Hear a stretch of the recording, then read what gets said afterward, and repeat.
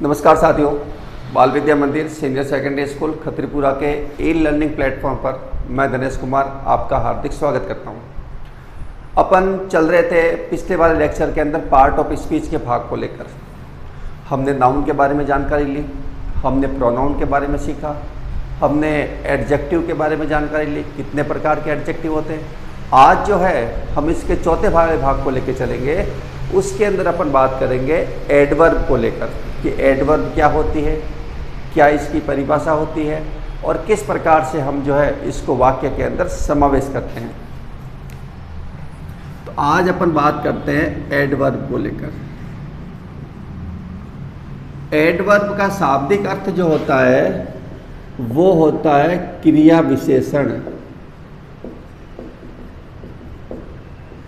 कहने का मतलब सीधा इसका अर्थ निकल जाता है कि जो क्रिया की विशेषता को शो करे वो एडवर्ब है और जो नाउन की विशेषता को शो करे वो एडजेक्टिव है। दोनों में एक बहुत बड़ा अंतर यह है कि जब किसी नाउन की विशेषता के बारे में बताया जाए तो वो एडजेक्टिव हो जाएगा, और यदि कोई वर्ब की विशेषता बताए, कोई एडजेक्टिव की विशेषता बताए या कोई दूसरे एडवर्ब की विशेषता को बताए तो फिर वो एडवर्ब ही होगा, और जिसका अर्थ जो निकलता है वो निकलता है क्रिया विशेषण।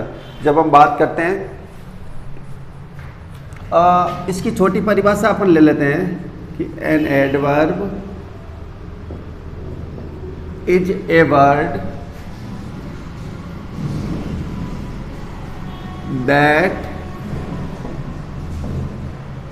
क्वालिफाई और मॉडिफाई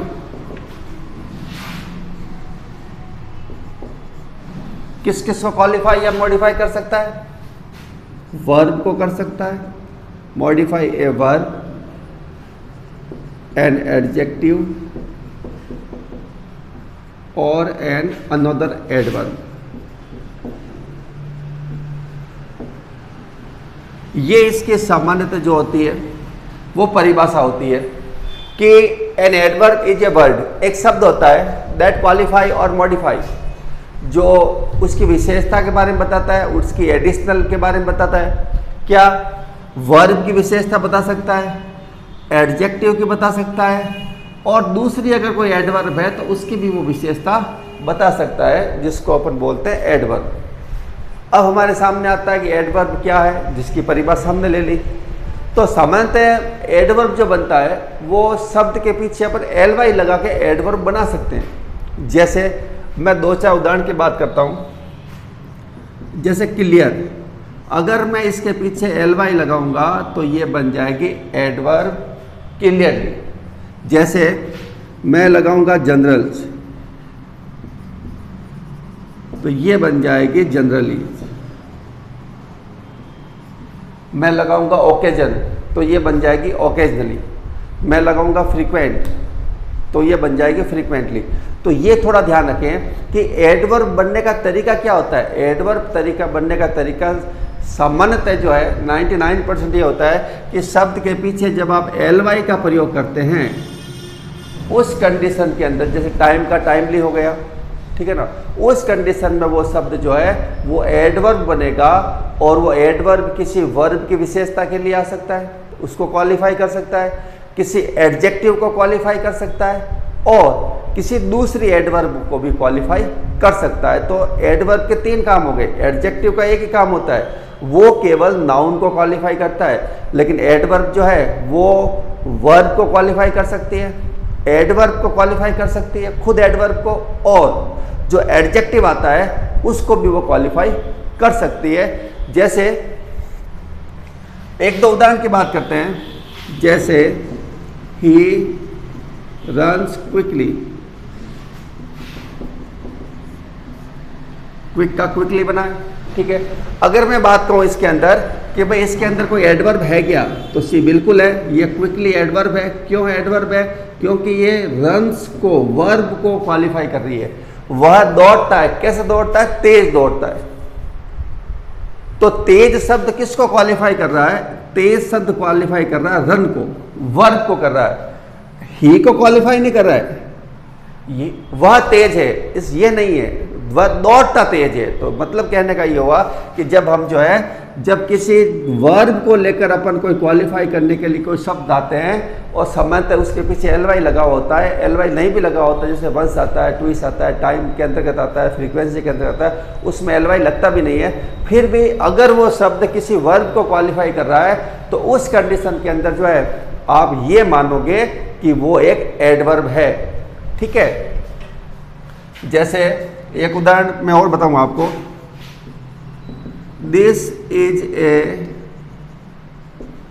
वेरी स्वीट मैंगो।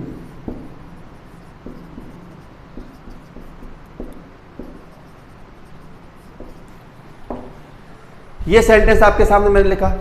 अब देखते हैं क्या है।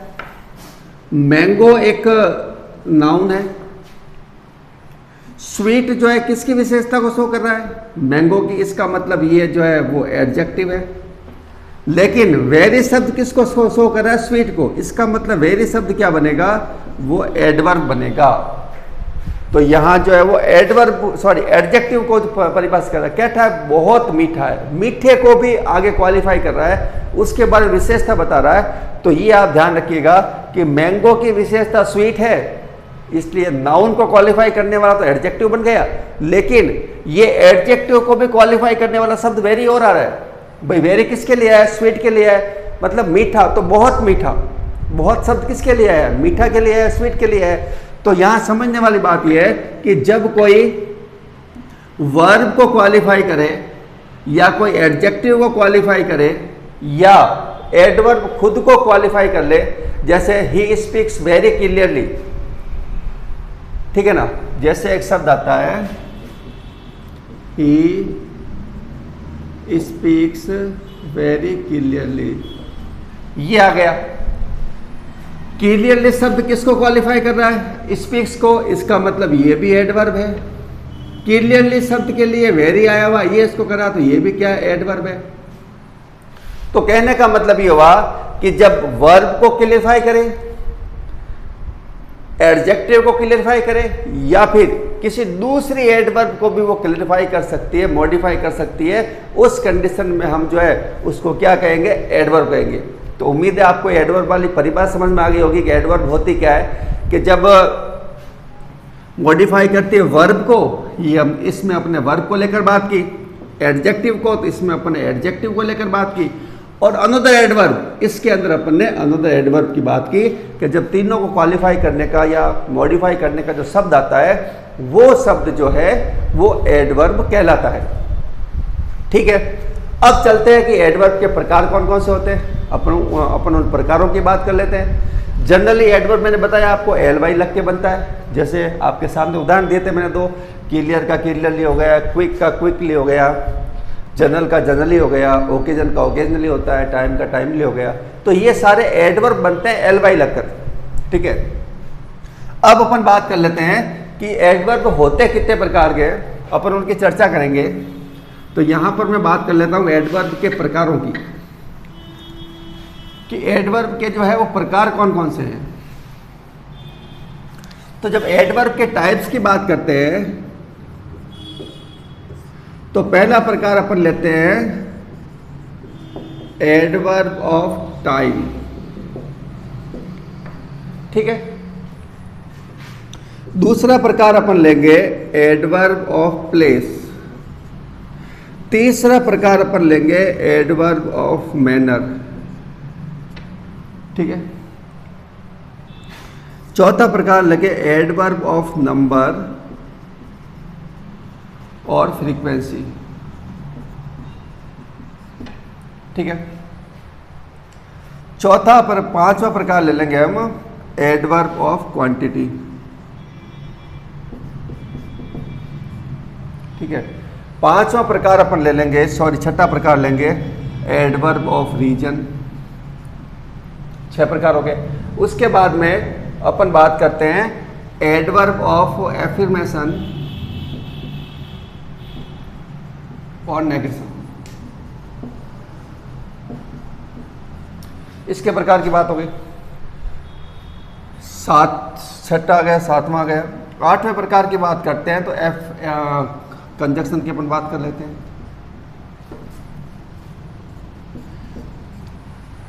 ठीक है, और आगे अपन बात करते हैं तो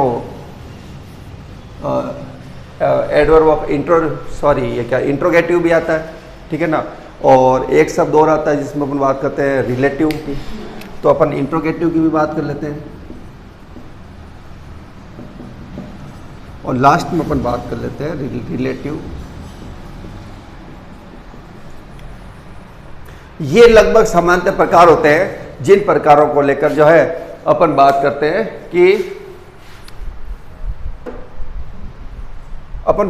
कि एडवर्ब इतने प्रकारों से हो सकती है। पहला एडवर्ब ऑफ टाइम, दूसरा एडवर्ब ऑफ प्लेस, तीसरा एडवर्ब ऑफ मैनर, चौथा एडवर्ब ऑफ नंबर या फ्रीक्वेंसी, पांचवा क्वांटिटी को लेकर, छठा रीजन, सातवां एफर्मेशन एंड नेगेशन की बात आती है, आठवें में कंजक्शन की बात आती है, 90 में इंट्रोगेटिव एडवर्ब ऑफ इंट्रोगेटिव होता है और 10वां जो होता है वो होता है रिलेटिव एडवर्ब।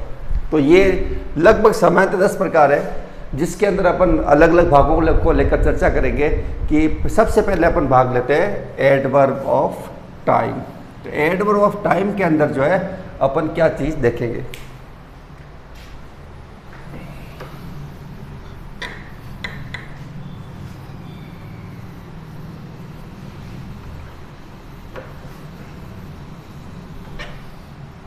अपन बात करते हैं पहला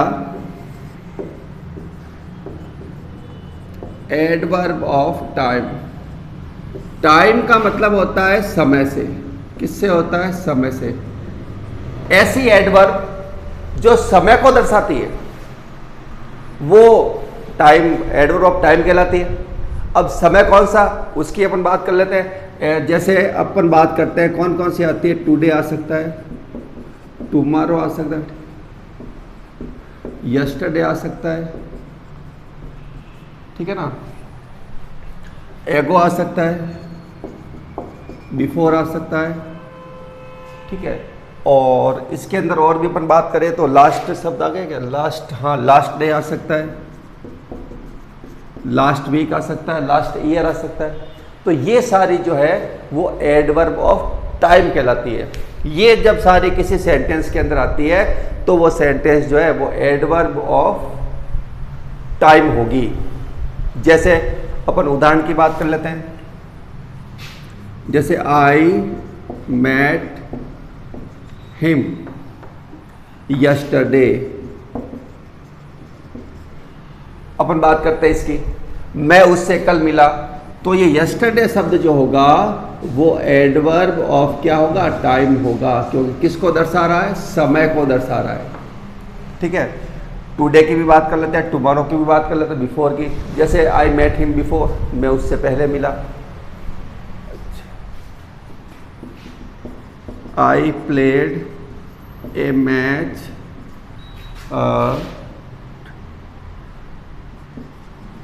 2 days ago। तो ये जो होगा वो एडवर्ब ऑफ टाइम होगा, क्योंकि ये दर्शा रहा है समय को लेकर। आपने खेला तो कब खेला। अब इसमें आप ध्यान रखें तो वेन शब्द का अपन प्रयोग कर सकते हैं कि जब अपन क्रिया से वेन शब्द के लिए मांग करते हैं, क्रिया से कब की मांग करते हैं, उस समय जो है अपने को जो आंसर मिलता है, अगर वो आंसर उस सेंटेंस में है तो इसका मतलब ये होगा कि वो एडवर्ब ऑफ टाइम होगा। जैसे मैट का मतलब, मीट का मतलब मिलना होता है। अगर मैं इससे कहूँ वेन का मतलब कब मिला, तो ये यस्टरडे आ गया, इसका मतलब टाइम ऑफ एडवर्ब है। ये मैंने प्लेड, मैंने कहा कब खेला, तो ये आ गया 2 days ago, 2 दिन पहले। तो जब हम किसी वर्ब से समय के अनुसार वेन का प्रश्न करते हैं और उसका आंसर अगर उस सेंटेंस में आ रहा है तो उस कंडीशन में जो है वो एडवर्ब ऑफ टाइम होगा। 2 उदाहरण आपके सामने हैं, और भी कई उदाहरण होते हैं। इनको लेकर अपन बना सकते हैं, बिफोर को लेकर बना सकते हैं, एगो को लेकर बना सकते हैं, ठीक है ना। टाइम के अंतर्गत जो है कुछ भी आ सकता है, समय होना चाहिए। मंडे आ रहा है तो वो भी एक टाइम को लेकर है। आई मेट हिम मंडे, वो भी एक जो एडवर्ब ऑफ जो है वो टाइम बन जाएगा वाक्य के अनुसार। तो कहने का मतलब है कि एडवर्ब ऑफ टाइम जो होता है, ये सारे शब्द, इसके आगे भी सब चलते रहते हैं। तो सामान्यतः ये शब्द जब होते हैं तो उस सेंटेंस के अंदर तो एडवर्ब ऑफ टाइम कहलाएंगे। अब अपन बात करते हैं दूसरे की।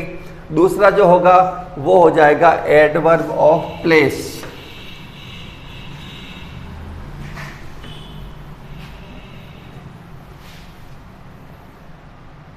या फिर अपन बात कर लेते हैं एडवर्ब ऑफ प्लेस की कर लेते हैं। चलो, प्लेस का मतलब सीधा सीधा किससे होता है? स्थान से होता है। और स्थान का मतलब शब्द किससे बनेगा? वेयर से। जब कोई वेयर से प्रश्न अपन क्रिया से करते हैं और उसका जो अर्थ निकलता है वो जैसे में हियर आ गया, देर आ गया, तो ये सारे शब्द जो है वो एडवर्ब ऑफ प्लेस में आएंगे। जैसे इन द स्कूल आ गया, वो चीज़ आ गई। तो अपन बात करते हैं जैसे लुक हियर, ये शब्द आ गया। हियर शब्द क्या है? स्थान को लेकर है। इधर देखो, लुक को क्या कर रहा है? क्वालिफाई कर रहा है। पहला उदाहरण अपना ये बन गया, ठीक है ना।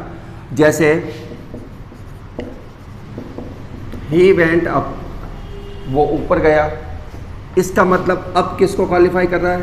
सॉरी, हाँ, स्थान है ये ऊपर, डाउन स्टेयर नीचे की बात अपन कर लेंगे। तो कहने का मतलब ये हुआ कि जब जैसे एक उदाहरण और लेते हैं अपन, ही स्टैंड बैकवर्ड, वो पीछे खड़ा है। तो पीछे का मतलब किसका आ गया? स्टैंड के लिए आ गया, खड़ा है वो, बैकवर्ड है। तो कहने का मतलब ये हुआ कि जब हम कोई भी स्थिति इसको लेकर करते हैं, स्थान के बारे में हो, वर्ब से अपन अगर प्रश्न करेंगे वेयर शब्द का, कहाँ शब्द का, उस समय अपने को जो उत्तर आएगा, अगर वो उत्तर उस सेंटेंस के अंदर है तो इसका मतलब जो है वो एडवर्ब ऑफ प्लेस होगा। बात आपको समझ में आ गई होगी। एडवर्ब ऑफ प्लेस का मतलब किसी स्थान को दर्शाने से है। एडवर्ब ऑफ टाइम का मतलब किसी समय को लेकर है, कि समय आएगा जब एडवर्ब ऑफ टाइम होगा, और स्थान आएगा जब वो हो जाएगा एडवर्ब ऑफ प्लेस।